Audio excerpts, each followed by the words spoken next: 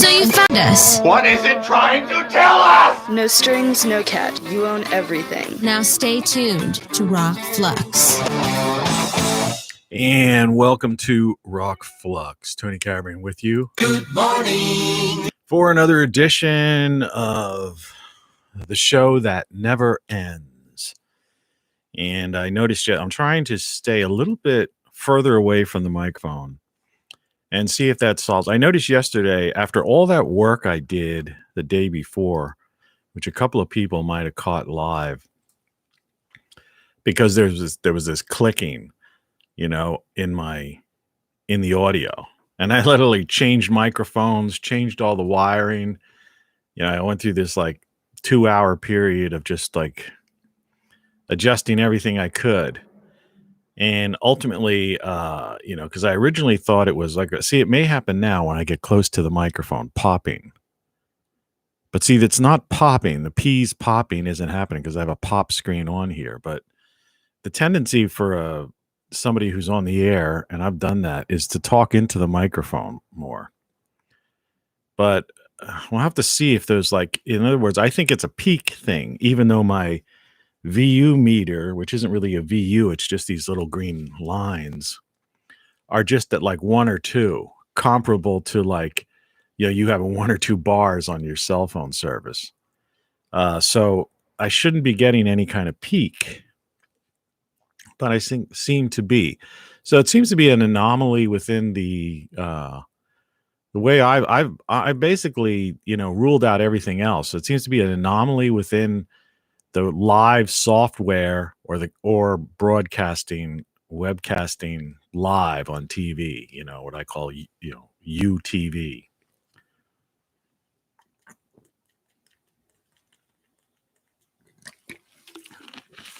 Pardon me for that. I needed my morning caffeine, which I wasn't doing for the longest time. But I picked it up in the past couple of weeks. Anyway, this is how I start my show. It's Tony Caravan Live. TonyCaravanLive.com. I grabbed that website again, which I've had for years. And then I let it go. Well, because I used to have 60 domain names. And they weren't really getting me anywhere. Excuse me.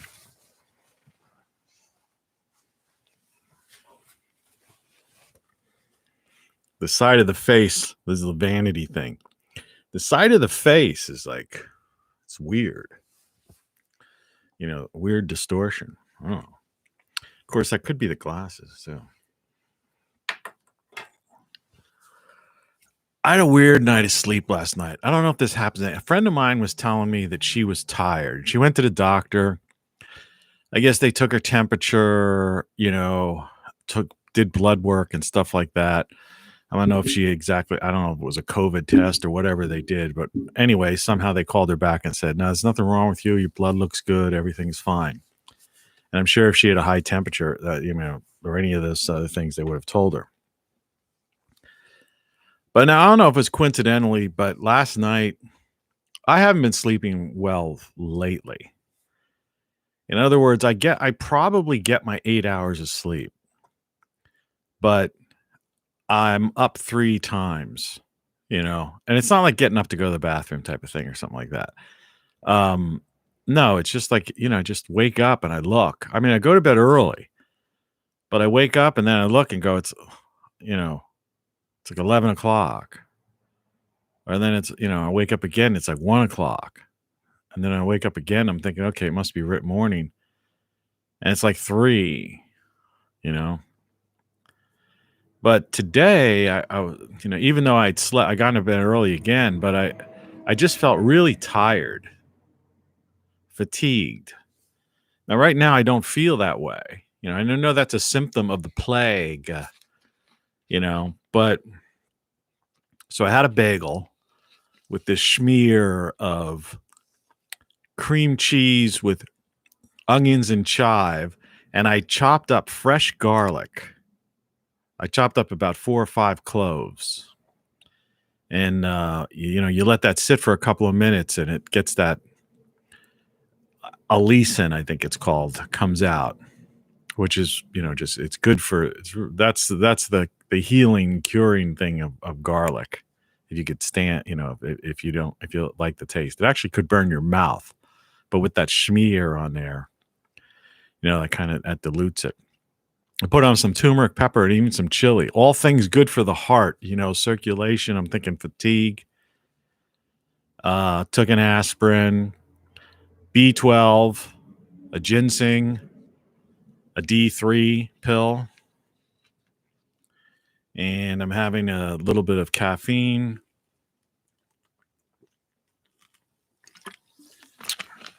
We'll see if I die live on the air. I don't know. I kind of feel okay right now. And hopefully the voice is coming through without, that weird artifact that I really have no explanation for. But yesterday's show I thought was a pretty good show, and I thought we covered a lot of ground, the usual topics, but I thought it came together very well. And like I've said before, I'm really kind of trying to drive these topics home. And well, I need glasses. They're reading glasses just to see the screen and whatever I'm going to end up popping up onto the screen. I don't know for sure if I put up the graphic that I wanted to, the title graphic for this. I forget. And I'm not sure if you can edit this in real time. Let's see.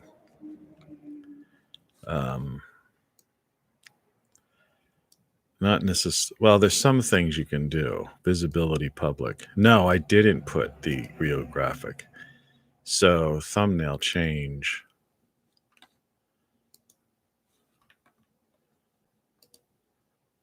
There we go. And we'll put this on our Tony Caravan's live show playlist. I mean, there are some interesting features that you can do that this also says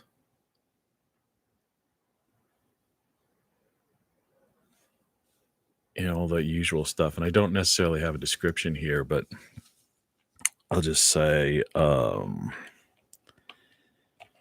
visit Tony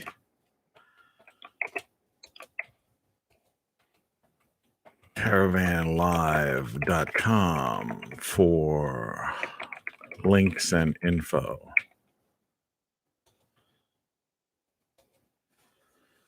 And I'll say save. And we'll also put TonyCaravanLive.com in the old chat box.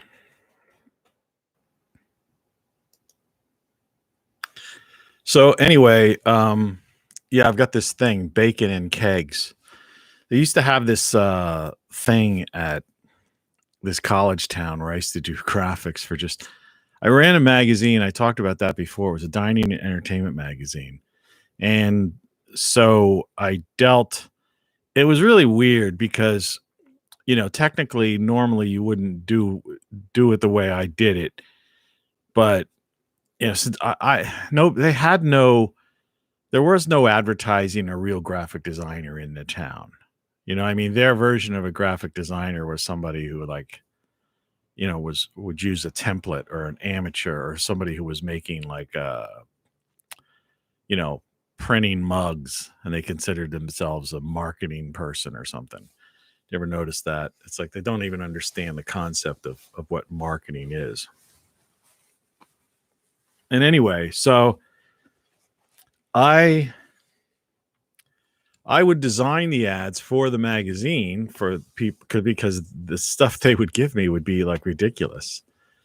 It would have made the it was a full color glossy magazine. So I wasn't about to just put in somebody faxes over something or a list of menu items printed in black and white, or something crossed out with a marker or something like that. So I would end up designing these, really nice ads, something that you would expect to see in any major market magazine, even though this was a borough, but it was a college town. So they had a lot more bars and restaurants than the average place that size. But the thing is, because I had to do that, because it was like across the board, everyone, literally almost everyone, except for like a chain, one or two chain restaurants or something, they had garbage. All they had was like a list of things they wanted in their ad, so to speak. So I was designing, it was like I was the ad agency for everybody in town, which is kind of weird because,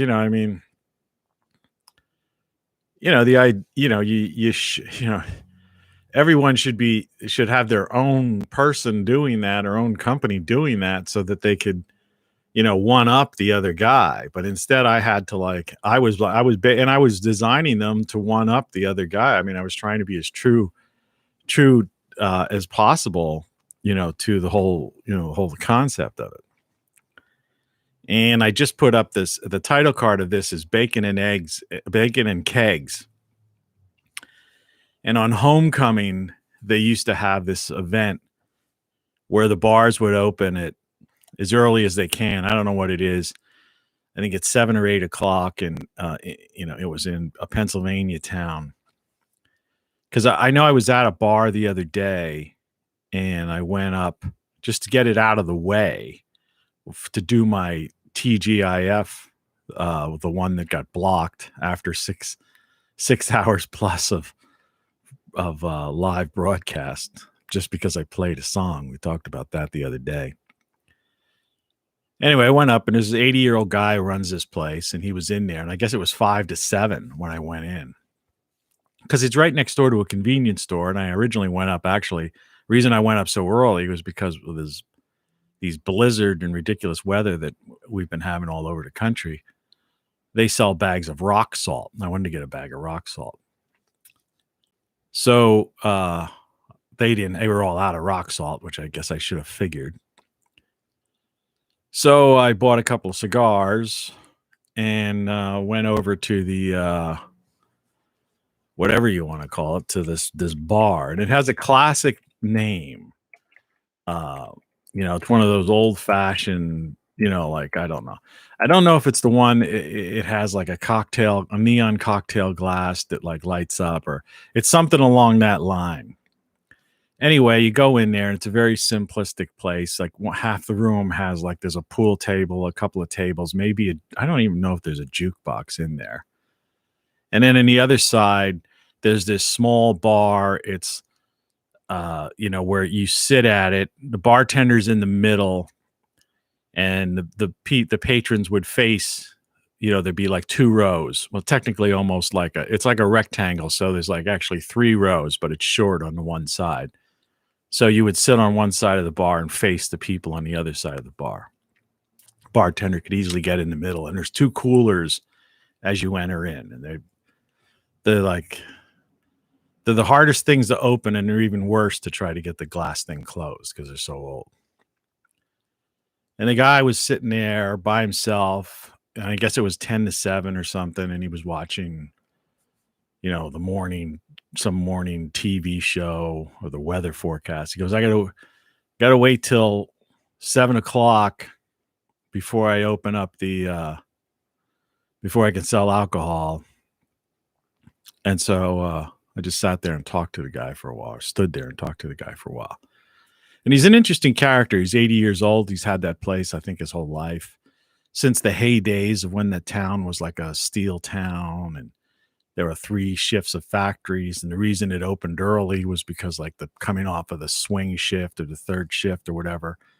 And I might have alluded to this before. When you work, even people who work in hospitals and stuff, you get off at work at 3, your shift is over at 3 or something like that.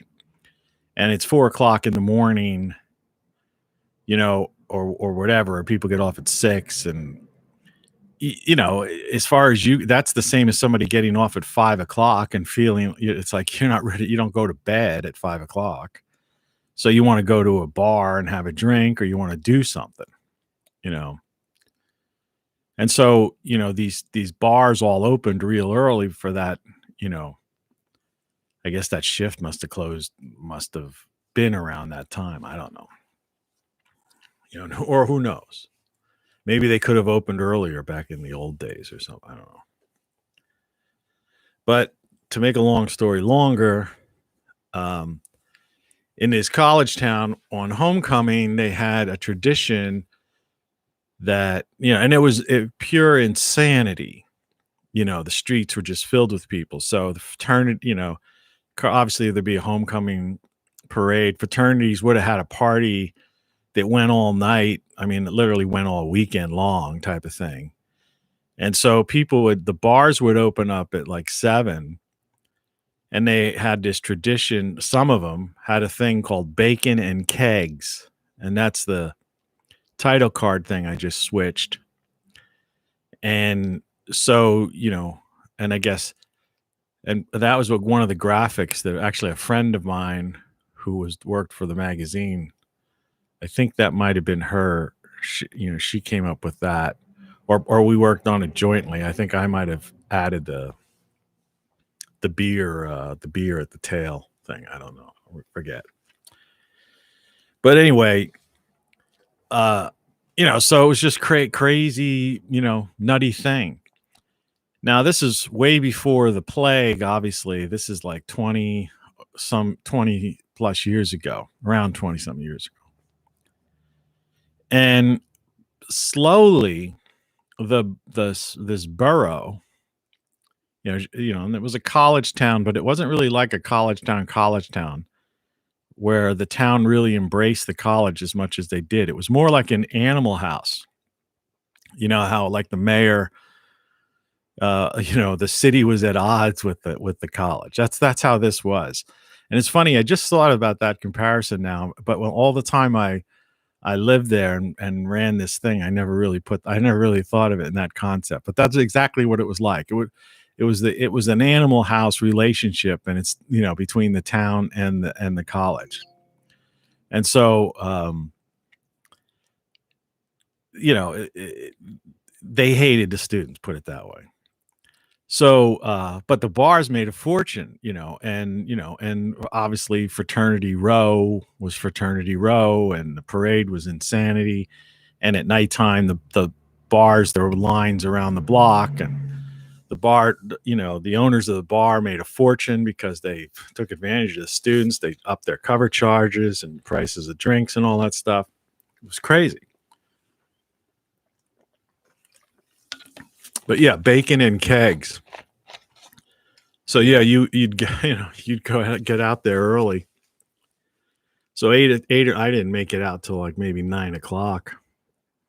I had no reason to, but I still wanted to join the festivities. And the bars would be like just totally packed. It was nuts. It was crazy. And half the people weren't eating the food, and the food was free. So it'd be like, I just go in. Got up at 8, go in and get a free breakfast. But then I'd start drinking. Anyway, bacon and kegs. Just a little bit of Americana. But the thing about that is that, like I said, this is way before the plague era. So this competition or just hatred between the townies, and not just the townies, but the town government, like the business people and the college, was so strong that systematically over time they eventually got rid of the fraternity houses. I think they banned, eventually there was no more homecoming parade, or if there was, it was turned into nothing. The bacon and kegs thing is long since history. And it's it was a concerted effort to just like totally destroy college life, that part of college. And it was the idea, as if it was too out of control. and the thing was, yeah, it did get out of control. It's like, they used to have, like on St. Patrick's Day too, there used to be a crazy thing, and in a lot of places. But, these things, there's two ways of looking at what's out of control or not. One is that was a crazy party, right? And another one is, oh, it was out of control and we have to do something about it and stop it. And, it's like I don't know, I think it was Glenn Fry had an album cover, and I think I used the graphics once in something. The cover, and maybe I'll use it as a title card if I remember one of these days, one of these live shows. And it was like this rectangular thing, and it just said, "No fun allowed." And, and I've watched this thing happen over the last 2 decades where it's not just, it's this gradual movement, in the US and Western, more so in the US than Western nations. I say Western civilization has collapsed, meaning, starting in Europe and heading our way. But, there's still, more of it was more of the culture, that kind of culture's individual culture wasn't really frowned upon by the residents in Europe, even though the EU was doing all it could to destroy, the individual nations and culture and traditions and holidays of the various people that comprise the EU. But here in the States, which I say that's all it really is now, it's the States. You can't call it the United States. The United States is over, gone, ended, empire fallen, right? So it's the States. They've been working at this pretty hard, to just, no fun allowed, to just crush this whole concept. And they've taken total advantage of this plague thing to drive the proverbial last nail into the coffin by closing the bars and restaurants and and places where people could gather. And that's culture. That is culture. Politics isn't culture, pop culture, but everywhere you look now, politics is pop culture. Think about it. Like how almost for 2 years, from like 2018 into 2000, and this has been going on now for a couple of decades too, that the elections start, real early, and everyone has got their regalia on. Everyone's out with their signs and banners. The media's got 24/7 coverage of it. And it's pop culture. They're not covering the latest fashion, they're not covering like some kind of trend. They're not covering what, what people are, saying, doing. Like I say, music is basically homogenized. The same 16 producers and writers are writing the songs, whether it's country, rap, dance, rock, alternative. It doesn't matter. I've talked about that before, how, the different within a decade, you could go from, folk music to the British invasion to hard rock to Woodstock, right? All within like, and while in the background you had traditional country, rockabilly, and Sinatra, crooners or easy listening music still hadn't died out. That was all happening in the 60s. And in the 70s, it was the same thing. You had heavy metal bands, classic R&B, Marvin Gaye, The Temptations. The Beatles' last album came out in the beginning of the 70s. And then that worked its way into where at the very end, disco started or something, And of course, during all that, you still had blues and jazz, that were still, happening. And it's the same with the 80s, you had punk, ska, hair metal, and you ended off the decade with the Seattle sound, the beginnings of the alternative movement music. And the 90s really is when it started to homogenize, but it still hadn't, because the alternative movement had gotten big. Then there was this blowback or pushback to pop, like almost like 60s, 70s pop music. A lot of the alternative bands, the songs had like hooks on them, and so songs like "You Get What You Give," that kind of stuff. They were like pop songs.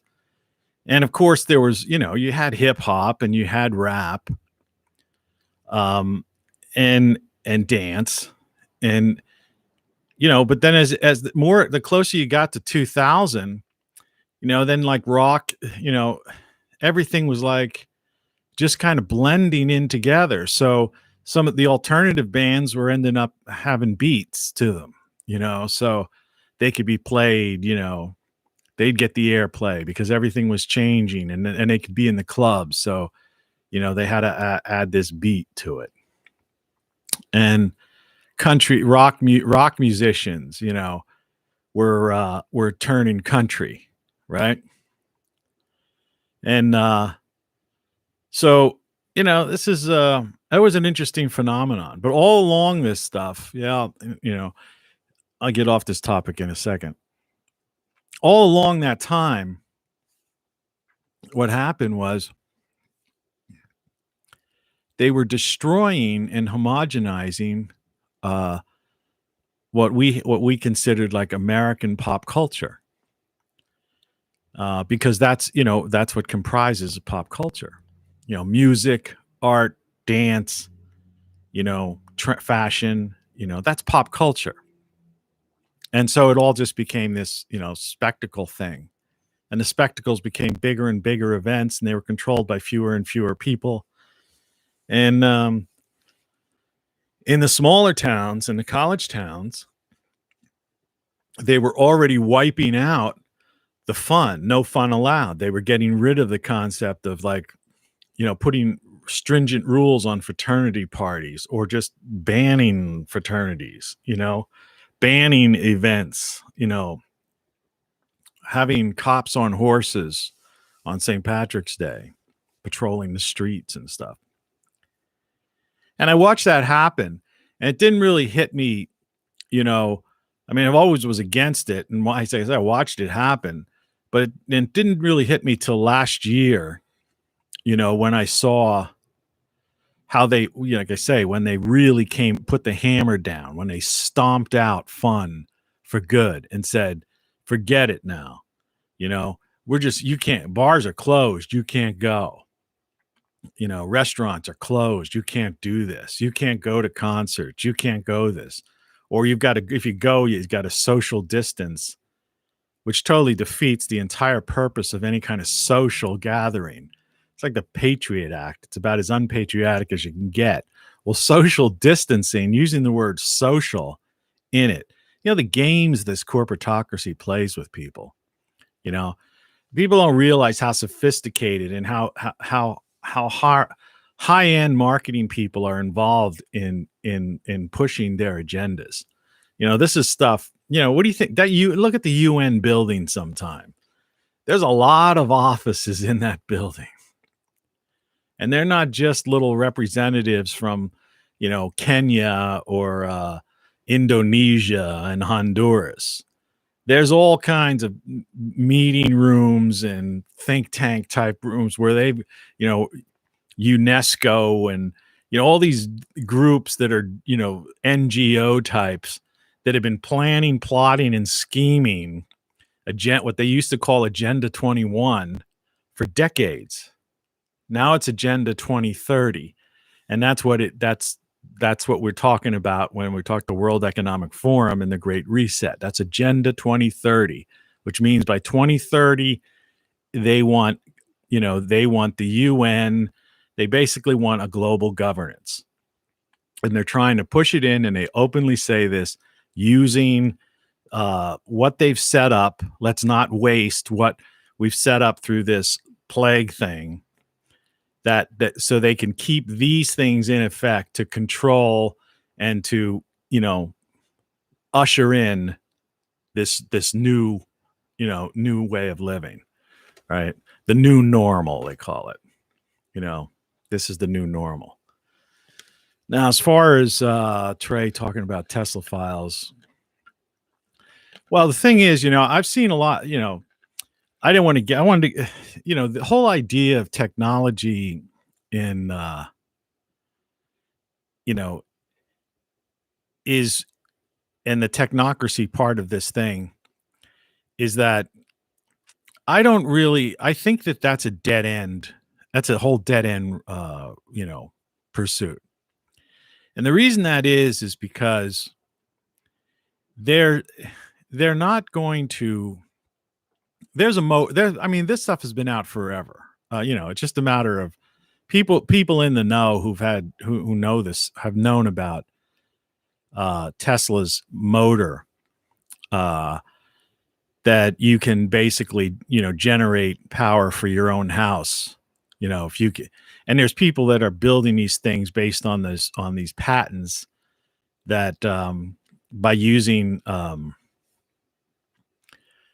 you can, you get these boxes now that can, take a CAD drawing and actually make the pieces themselves. Okay. And the ones most people are familiar with just make these things of plastic. They call them 3D printers, and there's different names for them. But the 3D printer stuff came out 20 years or earlier before that. Government had it before that. But because I remember I was going to get one back in, I don't know, 1999 or 2000. I was going to get a 3D printer. In fact, the company, I already talked to them, and the company sent me a sample of a box, octagonal box they created that actually had a screw-on lid and everything. And the whole thing was created on a 3D printer, which is a fairly complicated thing to do, and gears and things like that. Well, they have 3D printers now that can print with like metal filings and things like that. It's, it's really gone, it's gone to a whole new stage, but these things are way out of the price of the average human. But what I'm saying is there's a device that's about, let's see if you can see, the width of, to get us the scale here. The width of this frame is probably a little over 2 feet. This thing might be almost 3 feet. And and scale wise, it would be about the height of the screen. Okay. So imagine the screen you're looking at, spatially. There's a Tesla patent for a thing, and people have been tested this thing using it. You don't see those videos. A lot of those videos have been taken down from YouTube, over the years. But there's a couple out there right now circulating, because of some recent things that have been, declassified, I guess. That if you had one of these things hooked up, you basically there would be no need for a grid at all. It's like it's like the individual, like having a miniature nuclear power plant in your house, that would have lasted you for, I don't know, 30 years or something like that, whatever. I mean, as long as the parts are, as long as the thing has the least amount of moving parts. The problem with the Tesla thing is it has to move at like 6,000 RPMs or something ridiculously fast like that. It's based on magnets. That was Tesla's whole idea. Everything's about magnetism. The problem we're having, and this ties into the stuff I talked about when we talk about the climate change people, what they don't understand is that The sun, we're in this like 400 year to 12,000 year cycle. The Earth, the magnetic poles are moving at a very fast clip. There's a magnetic anomaly in the Atlantic Ocean right now. We're more subject to cosmic rays, solar rays, and everything else, which basically is really bad news for us. And because the sun is weakening magnetic field, it protects us, just as we have one ourselves. And all of these things in concert affect one another. We're in this solar system, so to speak. Excuse me. Well, the whole idea of an electric motor is based upon that people know the electric motor is electromagnetism. So what they do is they provide, electricity, and that creates magnet. It allows this thing to spin by, one magnet being charged, one positive, one negative, one positive, one negative, one positive. I can't doing this with my fingers. Positive, negative, positive, negative, positive, negative, positive, negative, positive, negative. This moves at such a fast pace. All right. That just like what the windmills supposedly do, and I talked about those yesterday, that, it generates. All right. In other words, if you had water pushing this thing around, that's called the generator, and it generates electricity. All right. If you have electricity pushing in to make an electromagnetic generator, all right, then you're propelling something, you're controlling, powering a dynamo or something like that. And there's like different ways they use it, whether it's hydro, dams where they have hydro electric, windmills is an example, a bad example. Windmills are it's a scam. Windmills have been a scam from day one. They're very inefficient, ineffective, and they're very short. Their lifespan is short-lived, and they're bird killers. And once they get coated with bugs, they're no longer aerodynamically, and they don't function properly. And then they just sit there like some Egyptian obelisk from a days gone by.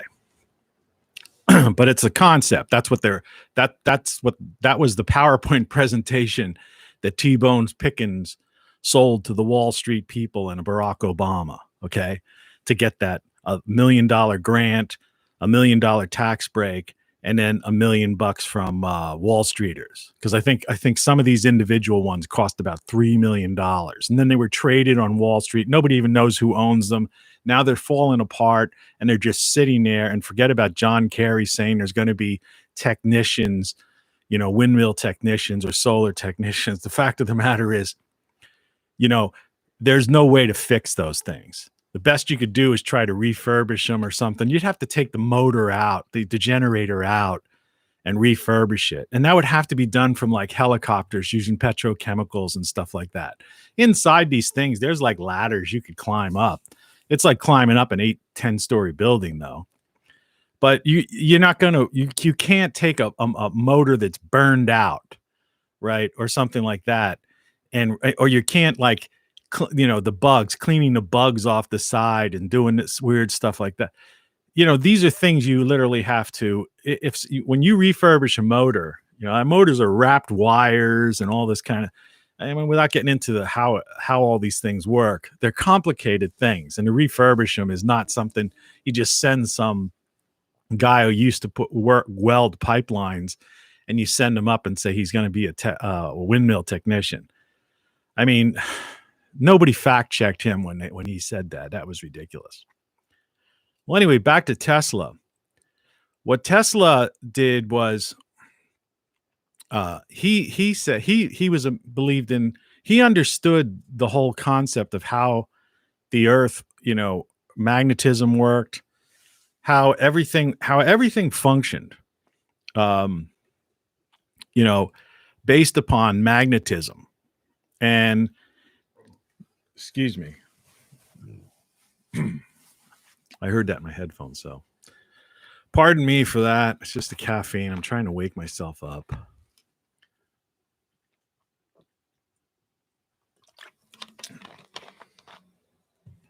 Anyway, so at Tesla, this latest idea that I've seen demonstrated is the idea of, and because we have very strong magnets now. See, magnet technology has improved greatly too. So there's things that we can do now that we couldn't do, many decades ago. And so if you have these magnets, like you have a cylindrical item, right? And you have one magnet that's facing the positive side of the you understand how magnetives, it's a negative and a positive, just like electricity, negative and positive. So if you have the positive side here, and then the next one down is the negative, and then the next one is a positive. Okay, and you imagine them on a cylinder, right? With a spinning, the generator, something that can spin in the middle, right? With coils on it to produce electricity or that type of thing. Then you don't need to have a hydro plant or wind or anything else. I don't know. Maybe I got something. I'm tired, I'm winded, and I'm fatigued. So who knows? I guess I'm going to have to take it easy, but I'm going to finish this. Sorry for the heavy breathing. Maybe I got the plague. They gave it to me, shot it down. Maybe the snow that's been turning black from Bic lighters. Maybe they just, imagine that. They just blanketed the planet with the plague of the 21st century. Now, that's a conspiracy theory I just made up, But when I say made up, I mean, they just made up in my mind. They just thought, what if they did that? I'm a sci-fi guy. I would say I couldn't rule that out entirely.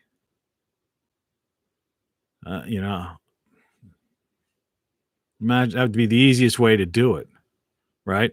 Blanket the planet with your, this thing. Depopulate us or do something to us. They're having problems with people wanting to take the shot. So it's like, we're going to have to just get them all like deathly ill so that we could force that shot, because the shot's not really just about some plague. It's about, there's some other things in there that they want us to take. So yeah, imagine that. A generator, a realistic generator that just runs on magnets. And as far as I know, these very powerful magnets, and I've got magnets doing things. Like I've got, just even in small things, I got some fairly strong magnets that I've acquired over the years. And I had so many of them, even just like little ones like this big or so. And I got this idea in my kitchen because I was thinking, well, maybe I need a thing for my knives. I only use a couple of knives. I have a chopping knife to chop up garlic and stuff. I was talking about that earlier. Garlic is good for you, good for your heart, good for circulation, good for your health, antiviral. So something, and I'm a cook, so something to chop up vegetables.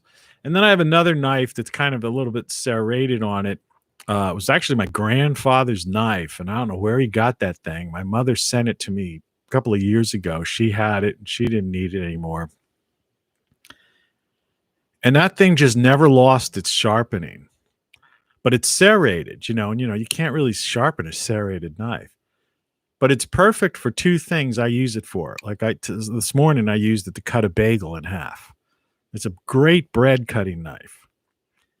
But it's really good at cutting tomatoes very finely. I could cut tomatoes finely with one of my chopping knife. But I have to sharpen it. You got to sharpen that thing all the time. This other one, you don't have to sharpen. It's weird. And it was my grandfather's knife that he must have gotten in like the 50s or 60s. So imagine a 60-year-old knife, you know, stainless steel, you know, it's still like, yeah, they don't make things the way they used to. That was yesterday's theme, things were better, before. So what I'm trying to say is, so I put these magnets. My cabinets in my kitchen are metal. I bought this place. It's a 100-year-old place.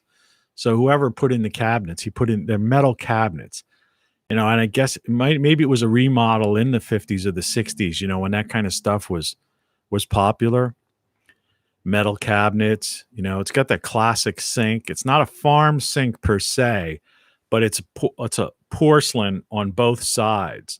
And the two sides are white porcelain with grooves in them, but they, I guess, subtly slope into the porcelain sink itself in the center. So, I have no countertop per se. I mean, I've built an area to the left where I can put things when I'm preparing something. And on the right-hand side, I just have like one of those drainage things. But anyway, so because they were metal cabinets, I got this thought. It's like, well, I only have a couple knives I use. I don't use like a million knives. So I really need just place to put two knives. The other ones, like, I have a couple novelty knives, like a small paring knife or something like that I might use if I'm cutting a brown spot off of an apple or something. But, that kind of thing I just keep in a drawer or something because I don't use apples around where I am. This is a quick aside. Do you ever notice in a grocery store, there always seems to be a row of apples, right? Year round. And, and they're expensive and the price never goes down. You'd think the price would go down in like December, right? Or January. And every year or almost every year, I used to be a sucker because I love apples. So I would always look, I was smart enough to know that, come late September, October, to look at the bag that the apple is and see that if it was from a nearby place, no, meaning that it was picked from an orchard and that the grocery store had somehow, purchased those in bulk from some place nearby. So I knew that those were picked from a tree in a nearby area. And you'd get that apple, take that apple home, and it meant, and eat it, and it was great. In fact, I have 2 apple trees growing in my backyard that are from seeds from apples that I ate. And one of them is about 3 to 4 years old. So it's almost coming on the time. It takes about 4 or 5 years or more for an apple tree to actually, produce. And this year I'm hoping that I might get apples, might get a couple dozen apples on this tree. It's already about 8 feet tall and, and it's got interesting branching outs on it. So it looks like it might produce. But anyway, just to finish that, these apples afterwards are coming from somewhere else in refrigerated trucks or something like that. And even sometimes late November, but definitely by December. So December, January, February, March, April, all through the summer. If you buy these apples, and sometimes they'll have one apple and they'll charge over $1 for one apple, or they have bags and they'll be like $5.99 or something. They're like soft. You could tell that they were like, it's almost as if they were frozen. But I mean, it's just not. And I always look at them and I used to get real angry and loud. I would actually get loud and I don't normally do that, but because there'd always be somebody from the store near the produce thing. And I always say, these apples, I'd pinch them. I go, what are you selling these apples for, $1.29 each for? They're rotten. The outside looks fine, but you take it home. If you're on a budget,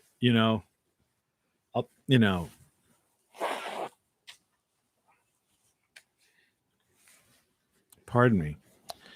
If you're on a budget, you're not just, throwing away, you don't want to throw away $5. Some people might think, oh, well, what's his, Hey, believe me, there's other things I'd like to buy for $5.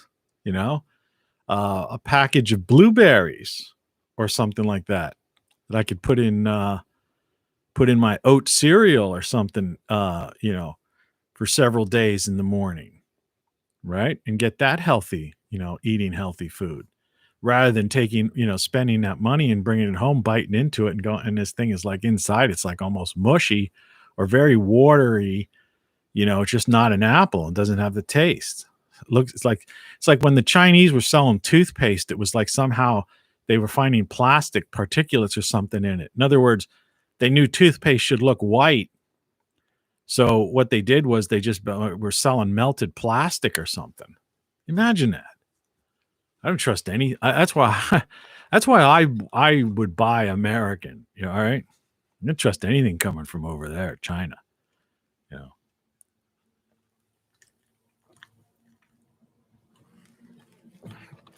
So anyway, that little aside, because it was based on using a paring knife for an apple, was that I decided to take these magnets, put it on my metal cabinets, and stick my knives, because they were magnetic, on the side of my cabinet. So you wash your knife and just stick it on the magnet. It's out of the way, it's safe, and it's right within hand reach when it's time to do some chopping. And I've had those things, so in other words, that magnet is magnetized against the cabinet, and daily having something stuck to it multiple times back and forth. They haven't lost their strength, at all. So I don't know all the true physics of magnets. Okay. I'm not going to sit here and say I understand them completely. But anecdotally, I know that the magnets that I have and that have used over decades don't seem to lose their magnetism. Or if they do, it's at a rate that, it's a slow decay, I guess. So I guess the idea is within this Tesla thing, which the person that originally brought this up looks like has left the room, left the discussion, is that you put this thing together with magnets, and it's a generator. So it's not like this energy, free energy from nothing. Okay. That's like the ultimate one that people have done and talked about for forever. Right. And who knows what the story is on that. I've seen various demonstrations about perpetual motion machines and stuff like that. Right. No, this isn't that. This is actually saying that it's the magnet and slotting these magnets around this cylindrical, chamber, negative, positive, negative, blah, blah, blah, allowing this thing to spin. You have to buy these powerful magnets, but like I say, you can get those now. Years ago, you couldn't, so that you can have this thing the size of, like I said, so big, place this in your basement next to your, circuit breaker box. You'd have to have a certified electrician hook it up and all that. But the same way as if you were you were having somebody hook up solar or a generator, backup generator to your power, to your house power, it would be one of those kind of things. And this thing will produce electricity for as long as those magnets, stay magnetized. But it does, the way I understand it is it does have to move at something like 6,000 RPMs or some ridiculously fast speed. And I'm not sure, I'm not sure. Someone asked me that was the question. Someone asked, that's the Tesla thing that I'm familiar with that was recently dropped and is might be getting some traction on the internet or not. I'm familiar with that. So I don't know, but there's a lot of things like that. And I mean, there are a lot of alternative energy ideas out there that don't, create bird graveyards and fall apart and are just scams for Wall Streeters and people to get government money, for corporations to write uh, bills in Congress, to lobby Congress to write some bill so their corporation gets some multi-billion-dollar contract, and then just abandons these things and and in the meantime has ruined the beautiful landscapes. Let's see that. What's the trade-off? You used to be that it was the environmentalists, right? And the Sierra Club, right? These people, the trees and all that stuff, tree hugging and stuff. It used to be the environmentalists that were pro, like, things like alternative energy. And I say, I'm not against solar energy at all, but I believe I'm for individual solar. All right. That's one thing where Elon Musk has, where he created those roofs where the tiles themselves, they look like the regular roofing tiles and they come in different colors and styles, but technically they're solar panels and they last the same, 20, 30 years or something, the same as a traditional roof, and they cost a comparable price. But meanwhile, they basically charge your house, your he has a separate thing that you put on the wall of your garage, which you could also charge your Tesla car with. Now that thing I like, that to me, but that hasn't really taken off. And I'm sure some very wealthy people have adapted that to their homes. But see, the World Economic Forum Great Reset people, that's not what and John Kerry, that's not what they're talking about. See, what they're talking about are like solar farms. They're talking about destroying more land, just like I'm saying about these environmentalists that used to be for renewables and that kind of stuff.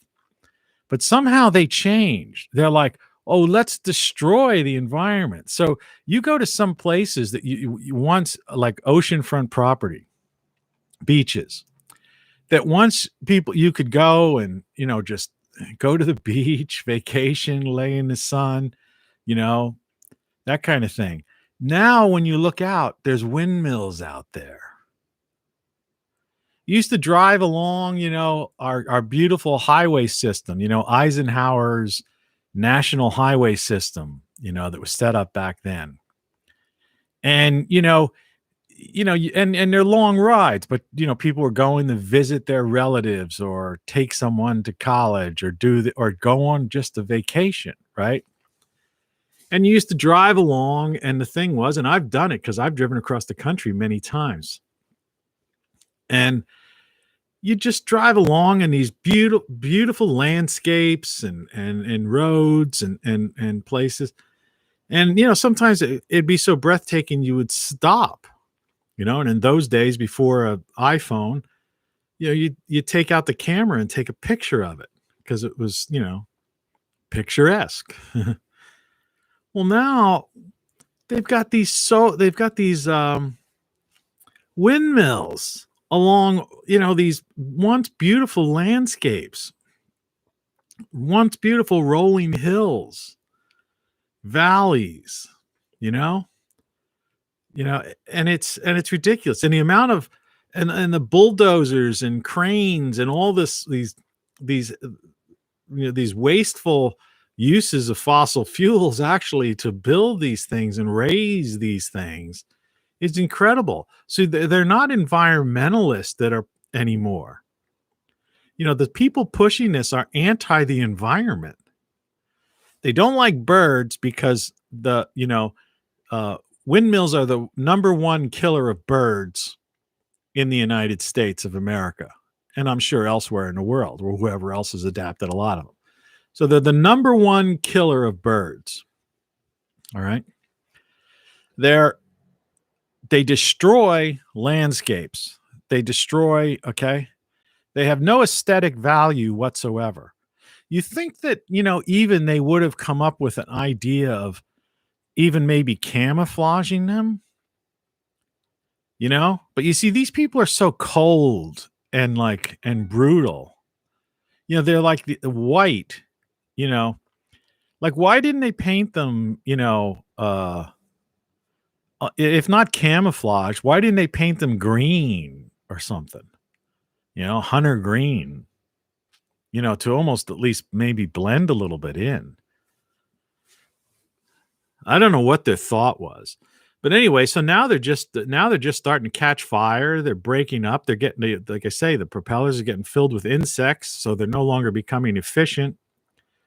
They're breaking down, and no one wants to claim ownership of them because they were traded on Wall Street, as a commodity in many cases. And so you have these things that are just, if they haven't stopped working now, they will stop working in a few more years. And then, of course, you've got what happened in Texas and in Germany, two places that at least got news coverage. It happened all over the place, that they got frozen. And yourself, if something something freezes up that much that it's basically not working, there's going to be some sort of stress and some damage put on that. So the life expectancy of that particular thing has just been greatly reduced. And it's more than likely that you're going to see more and more freezes because of what I was telling you. Speaking of magnetics, the Earth's magnetic field is weak, which has nothing to do with CO2. Doesn't affect the Earth's magnetic field. It doesn't affect the sun's output and the sun's magnetic field, right? CO2, 0.004 CO2 has nothing to do with anything other than making the planet greener, right? And giving us more, and having the potential for us to grow more crops and for more oxygen to be released in, and so that we could breathe easier and better. And so, yeah, this is a classic thing. One of the worst expressions you ever hear out there is win-win. All right. The windmills are a lose-lose situation. There is actually no benefit to it because even to the average person, and I know myself because I remember when they were putting them in, getting things from our electric company, you notice that they were adding windmills and stuff. And all you saw is your electric bill go up. Somebody came on and off because I guess that turned them off. You could watch, the people numbers there go up or down. But so what's the benefit? Who benefited? The companies that lobbied the corrupt politicians in Congress, all right, and the Wall Street crooks. That's who benefited from this. And Kerry is basically, is like a Gates type profiteer, though Gates is, exponentially worse. Yeah, they did not benefit humanity. They did not benefit the environment. They did not benefit anything, And now they're on the precipice of of having just these ugly obelisks littering our forests, highway, side of highways, valleys, pastures, and everything else. And the effort it would take to remove them would be so costly that no one would be willing to undertake that. And no one would even consider that because the general consciousness, is that they don't know anything I just told you. And, it's funny how that all ties in, the generator, reverse generator, the wind thing, Tesla's motor, magnetic motor, and all that stuff. And it's funny how all, you get in these discussions and it all ties together. But yeah, that's one of the biggest scams and it was worth repeating. I've talked about this before. It was worth repeating that because it is definitely one of the, something that's like contemporary, right in the news, and that people are being, totally hook, line, and sinkered on at this current time. Windmills are not only not the answer, they're counter to anything good. And the so-called corporatocracy that pulls the strings of all these people, they don't want individual power.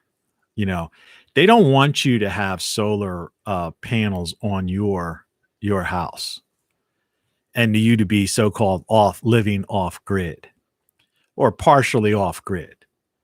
You see, because then they lose another thing to control you by. It's like the sewer, water and sewer. My most expensive bill is water and sewer. And it keeps going up, right? Because you're dependent upon water and sewer. Now, because where I am, we get a lot of precipitation. And I have a rain barrel system out in the backyard that I mainly and mostly, actually last year, I primarily used to water my garden almost completely. But there's no reason why I couldn't expand that and basically, provide all of my personal water use. How much water does it take to flush a toilet, take a shower, do a load of laundry? A one guy, put it that way. But they have it's the water and sewer authority. They've combined them because they're smart. They know this. See, this is the thing. They're always a couple of steps ahead. They've been planning this for 50, 60 years. Whereas people are just starting to wake up to this idea. So they did all this stuff all along. In other words, they put everything in position. You have to think of it like in military terms. A good general. Good strategy man, is going to basically put in place,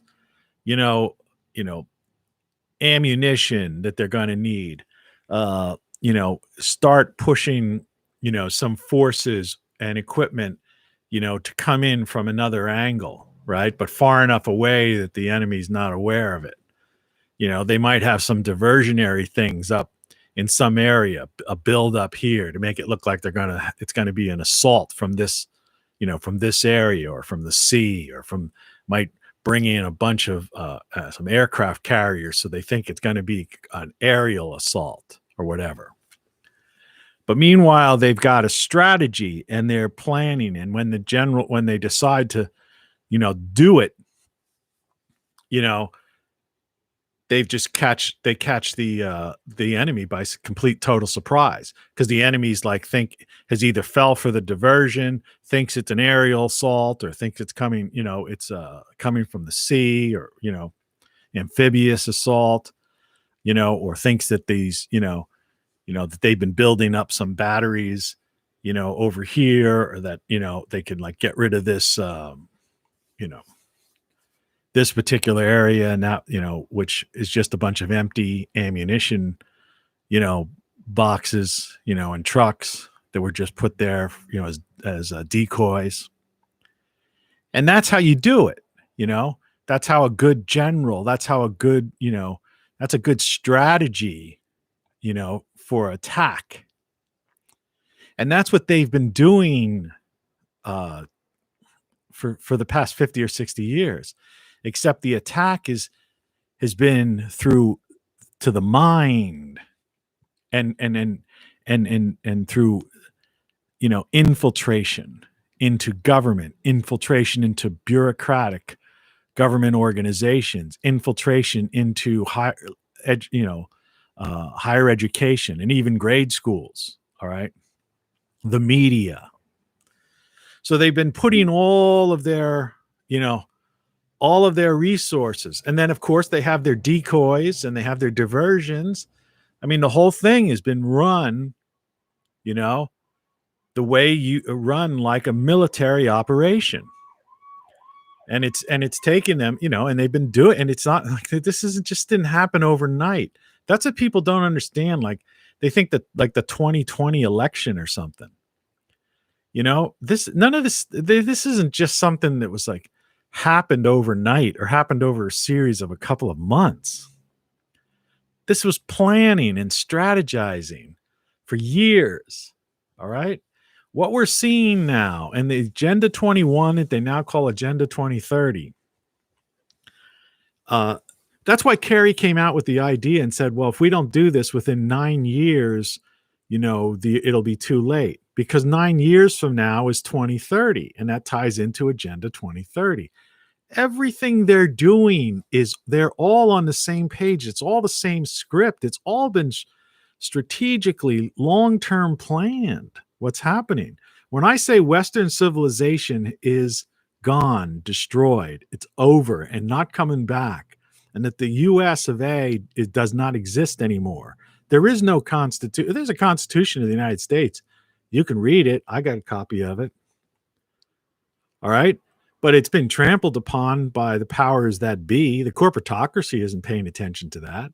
Terms of service have replaced laws, right?